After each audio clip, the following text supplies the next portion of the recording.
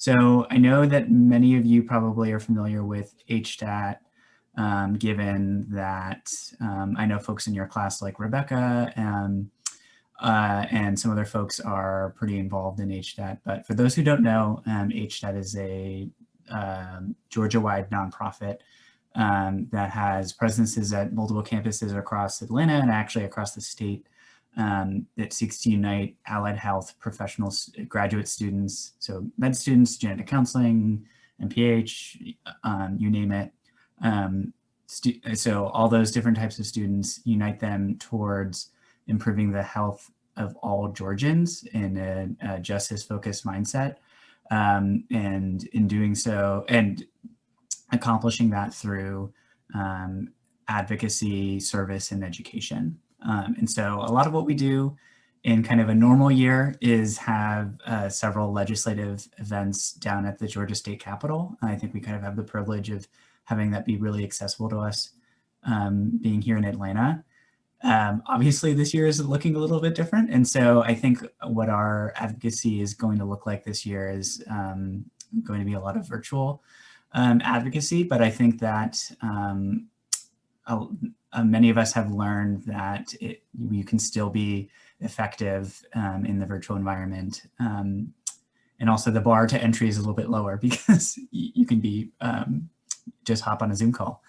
So that's kind of the background. We are really excited to be focusing on several bills this legislative session. And for those who may be less familiar with Georgia's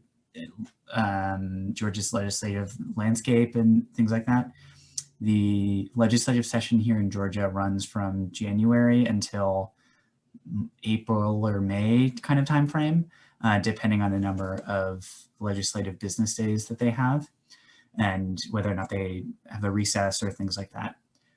So we're kind of approaching the halfway point of the legislative session. And so we have a number of bills that we are watching very closely in partnership with several of our coalition partners that I can get to later. But the reason we're here today is because one of the bills that we're looking at, HB73, is regarding the cost of insulin. And so kind of a little bit of background on the problem.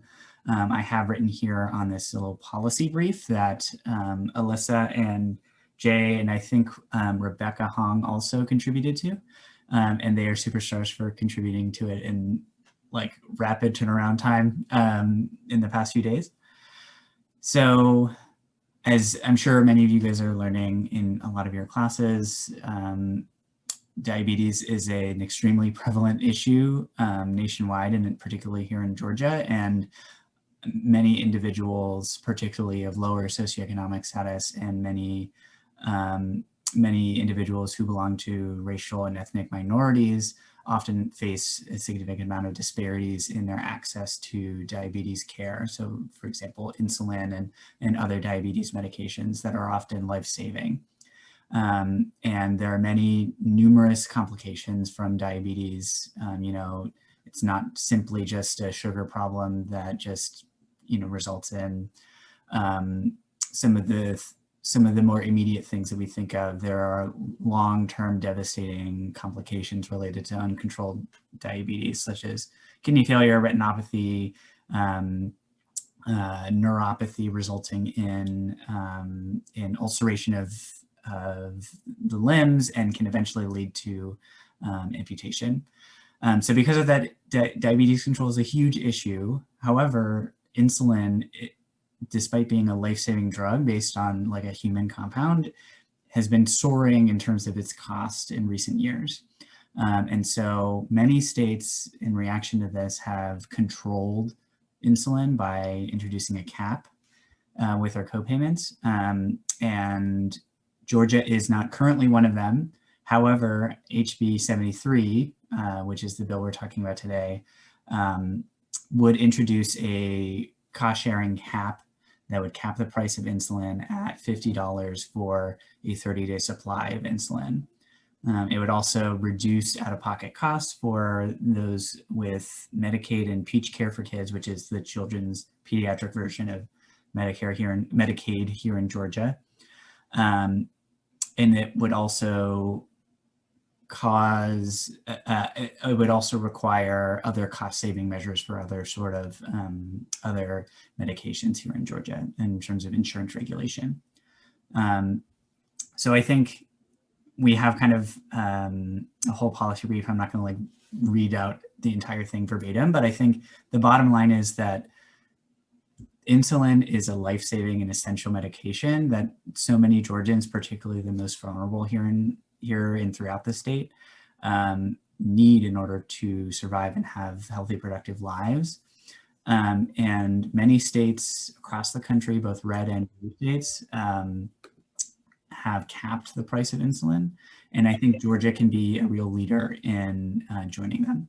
And so because of that, we have hopefully at some point in the next few minutes, we have Representative Carolyn Hugley, who is the lead author. She is the author and lead sponsor of HB73, which is the bill that we're talking about that would aim to cap the price of insulin. Hi, Representative Hugley. Right. I've been rushing around. I just popped on. I hope you all are doing well. Thank you so much. Yeah, well, we really appreciate you hopping on our call.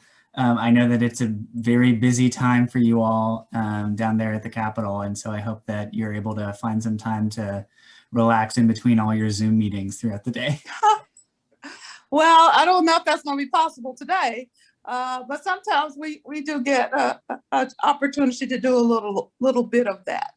I really appreciate your interest in House Bill 73.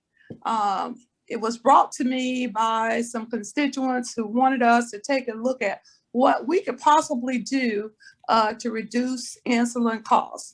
And of course, I've been on the insurance committee for several years, and anything that requires a mandate has a very difficult hurdle to pass. We got I'm sorry, I'm just talking. Did you want me to go ahead and talk? Or? No, yeah, please. Okay. Go ahead. Okay, we got the fiscal note back from that we had been waiting on. It shows that there is no cost to the state, but there will be cost to the individuals who have the health insurance, and they're estimating that the premiums may be affected anywhere between $12 and $36 annually. Is what they're saying. And of course, they're saying that could change year over year. So we're going to have the hearing tomorrow. I've already been contacted by pharmaceutical companies and by plan companies, and they're all going to be there to, object to the bill. But, I told them today that at the end of the day, we got to find a way to reduce costs to those persons suffering from diabetes. Georgia has a high incidence of diabetes, and particularly with type 1 diabetes, it normally starts when children, when people are children, and it's a lifelong expense associated with that. So that is pretty much where we are with the bill. And I am interested to hear from you all in terms of why y'all chose this bill to be interested in, and what brings it to your attention. Yeah, well, we really appreciate you coming on the call. I guess I'll just give a quick background on who we are and kind of what we're focusing on this legislative session. So we are an organization called Health Students Taking Action Together. We're a group of graduate students, so including medical students, nursing students, genetic counseling students, you name it, from all across the state. And we are broadly interested in improving the health of all Georgians and not leaving any Georgians behind, especially our most vulnerable across the state. And so I think every year we pick a few key bills that are health related that we hope to advocate for and see eventual passage of. I think one of our historically most popular causes that we've been advocating for has been Medicaid expansion.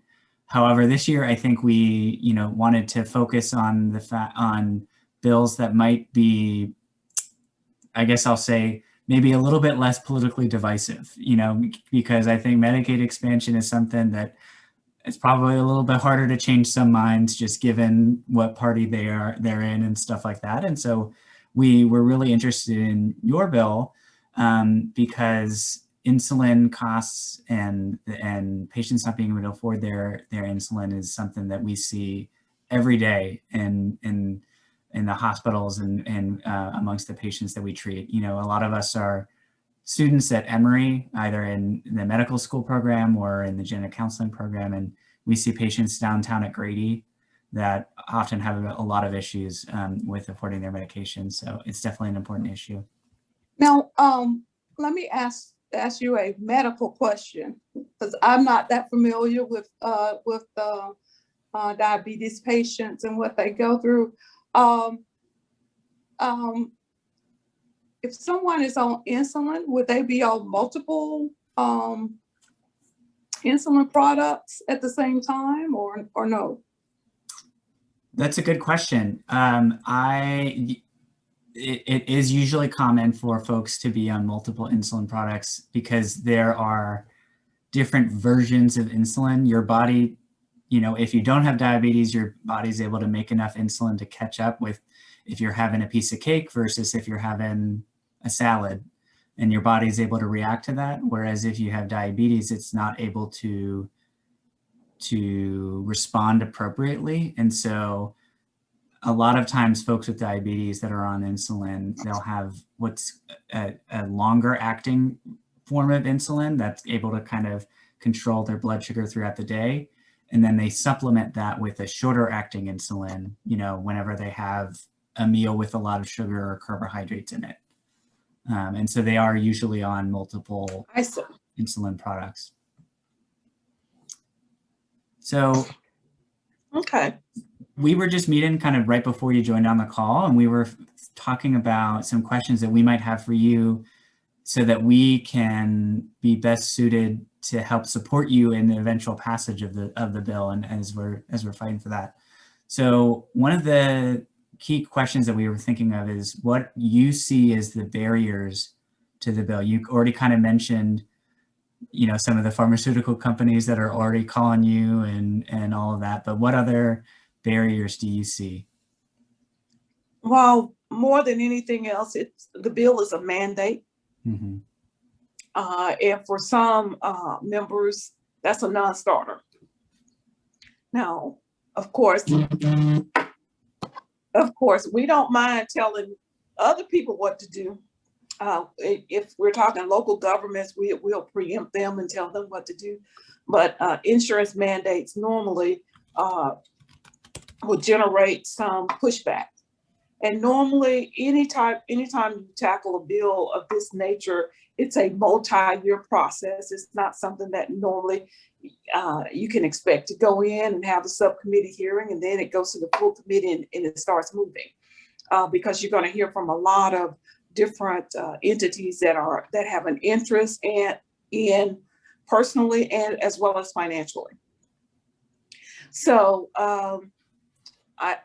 my hope is that we can take best practices from some of the other states that have addressed this issue and come up with something that will work for us in Georgia.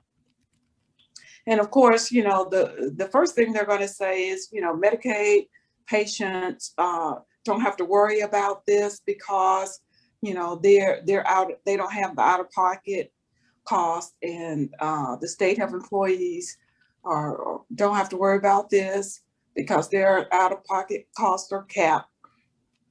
So, there is a small segment that doesn't fall into that, but it's nonetheless important for us to address that. So it's an uphill climb, and it's going to take some patience, and we have to listen to all sides to see, what can we really do to make a difference? So what would you all like to see? If y'all were writing the bill, what would you have it do?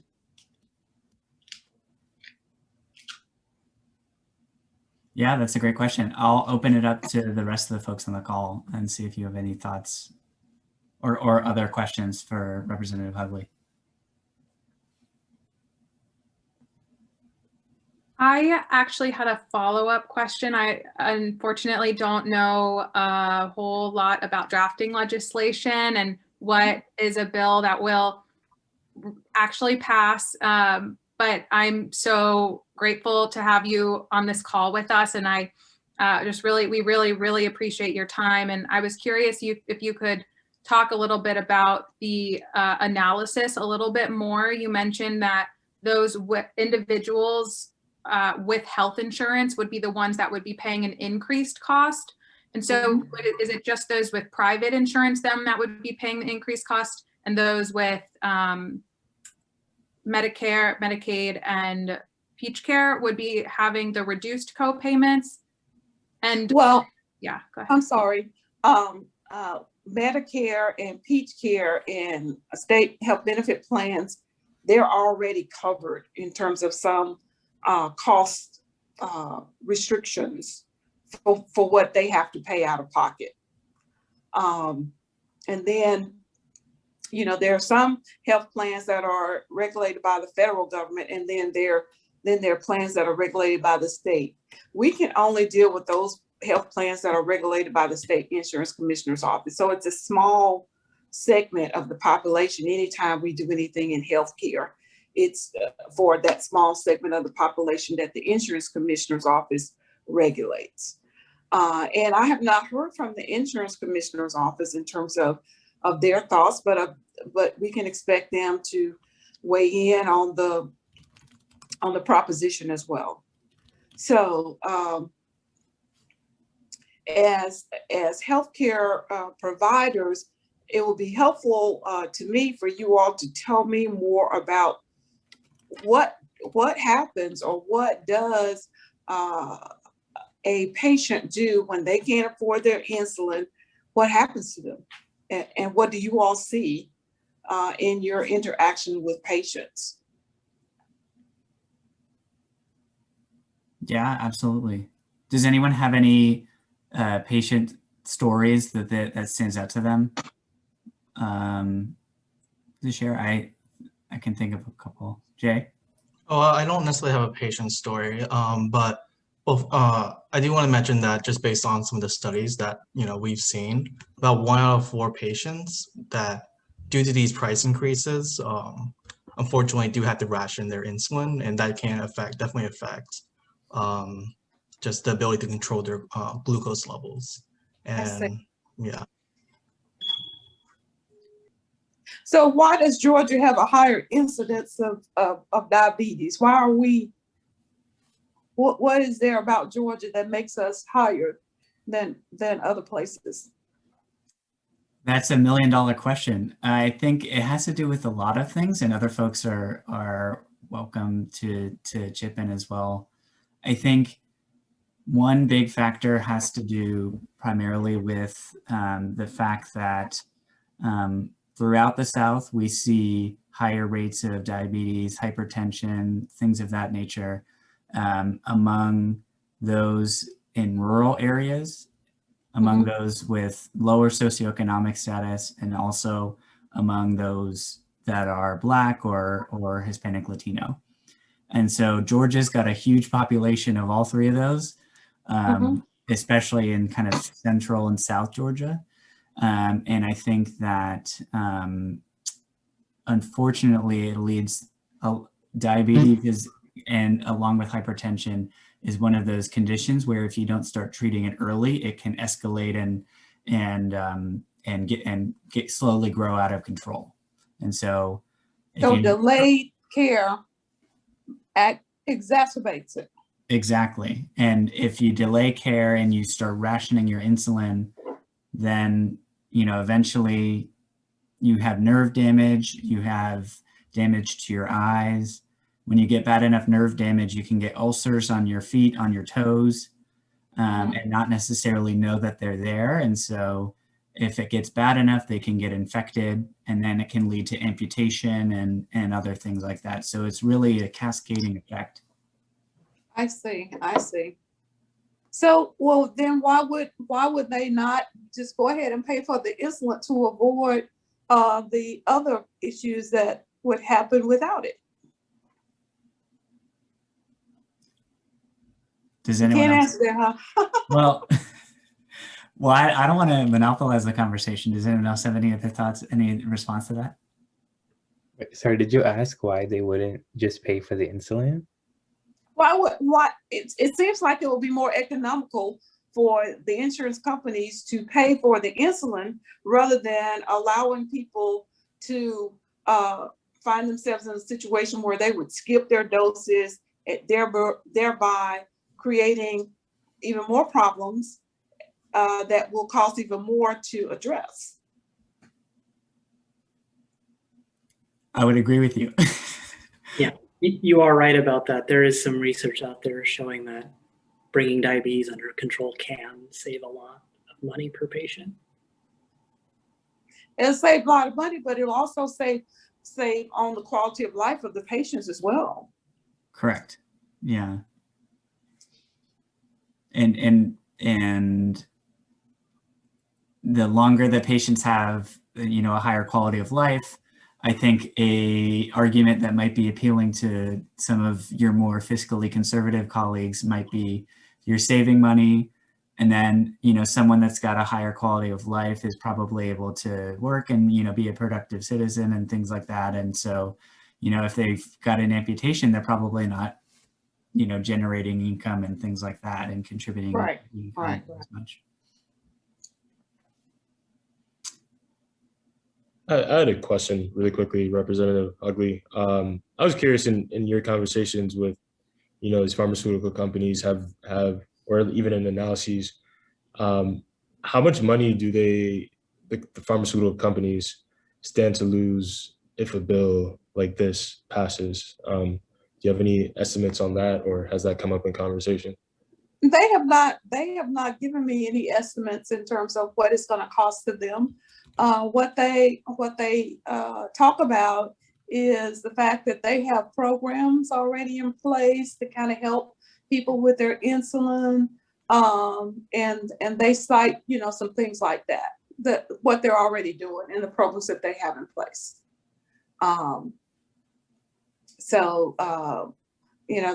The real question is, why does something that costs $10 to make cost so much when the patient gets it, why are people in Canada paying 10% of what we're paying for the same type of drugs? And so, that's way beyond my pay grade in terms of how all of that works and why it is that way. But it is, and somebody's making a whole lot of money somewhere. Absolutely. Representative Hugley, I'm sorry, I joined kind of late, so I hope I'm not repeating things that have already been discussed. But I was wondering, so I noticed that your bill, and then there's a bill in the Senate that's very similar, all sponsored by Democrats. Mm-hmm. I saw last year there were a group of Republicans who introduced a bill to, I guess, force companies to be transparent about their prices for insulin, which I think is trying to get to the same thing of reducing the cost for patients. Do you know how have they responded to your approach, which is to directly put a cap on the price? And do you see any hopes of collaboration with those Republican colleagues? As I said earlier, this is just the beginning to kind of get people to the table with this type of bill. There is no illusion that a mandate is actually going to pass. But it will get us to the table talking about what we can do in Georgia to reduce these costs and to help reduce the negative outcomes that come as a result of people not faithfully utilizing the insulin that they require. So So I believe that, you know, we can come to the table and get together around something. It might not be this year, but this year may be the beginning of the conversation. But anytime there is a mandate, then there are going to have to be long discussions, and more people are going to be involved, and it's a multi-year proposition. I believe it's Elena, is it Elena Parent or Jen Jordan in the Senate that has a similar bill? Do you know who has it? I don't remember who the lead sponsor was. Okay, I think it's one of them, and I don't know how far they will go over in the Senate with it as well. But I'm gonna I'll touch base with them and see what they think their prospects are. So if they get it across to our side, then, you know, we can work it from the House side. If the Senate passes it, or if one House or the other does something with it, passes it, then that will move the ball down the court a little bit further. And you mentioned it briefly a little bit before about things that we can do specifically do as health professional students to help move the ball forward. Do you have any other thoughts on that? Well, it would be great if you all could participate in our hearing tomorrow. I think most of our hearings you can participate via Zoom, but you have to reach out to the committee and let them know that you want to have something to say, or you can email your testimony in to talk about your experiences in the healthcare field and why it's important that people are compliant with their insulin and what happens when they're not compliant, and any experiences that you've had with people not being able to afford and why they would be rationing their insulin would be very helpful. So the meeting is tomorrow at 1 or 2 o'clock. It's tomorrow afternoon. And the subcommittee chair is Representative Darlene Taylor. And if you could, and of course, the chair of the committee is Eddie Lumsden. So if you could reach out to his office and let them know that you want to weigh in on the subject, that would be good, because the industry people will be there in full force tomorrow. Yeah, absolutely. And you mentioned that we can submit testimony via email as well for those of us that can't make it and make it live. Yes. So if you go to the Georgia General Assembly, just look up Eddie Lumsden or look up the Insurance Committee, and you can just email him or email everybody that's on the Insurance Committee. Perfect. And, you know, all the emails are pretty simple. It's like first name dot last name dot, you know, ledges.ga.gov. Perfect. I was also wondering, as we are all future health professionals, if it's common for health professionals to be involved in drafting this legislation or other legislation that you've worked on, or if how that kind of relationship might happen if us as future providers or current providers wanted to be involved more of the legislative process. Well, anyone can be involved in the legislative process. It's just a matter of having an idea, and legislator will get the legislative council to convert that idea to a piece of legislation that goes from there. I've worked with all kinds of groups. My youngest group I've worked with was a group of first graders who wanted to name the white-tailed deer as a state mammal. So, and their bill passed. You know, it can come from anybody.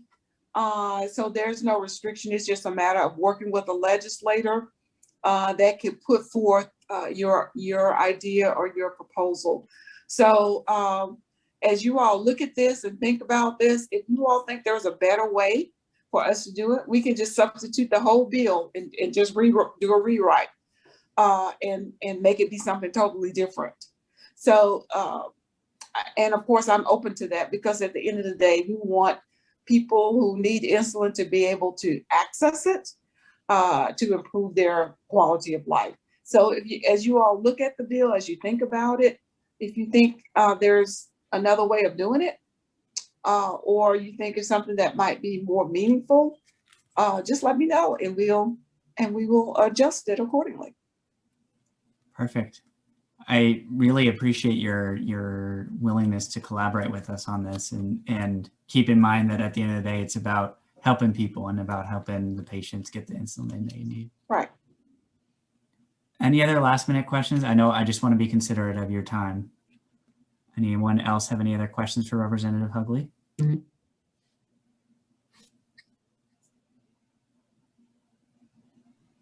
I think I would just make a comment before I have to hop off as well, just saying thank you so much for this opportunity to speak with you. And moving forward, I think you've given us really incredible actionable items in the coming days. And so moving forward, I hope that we can also communicate on what can help move this forward after this first hearing, and understanding if there's more hearings coming up and how we can continue our contribution. Okay, thanks. Good. Sounds good. Perfect. Thank you so much, Representative Hugley. All right. Well, I'm going to leave now. Y'all take care, and I appreciate your interest in the bill. All right. Have a great day. Okay. Bye-bye.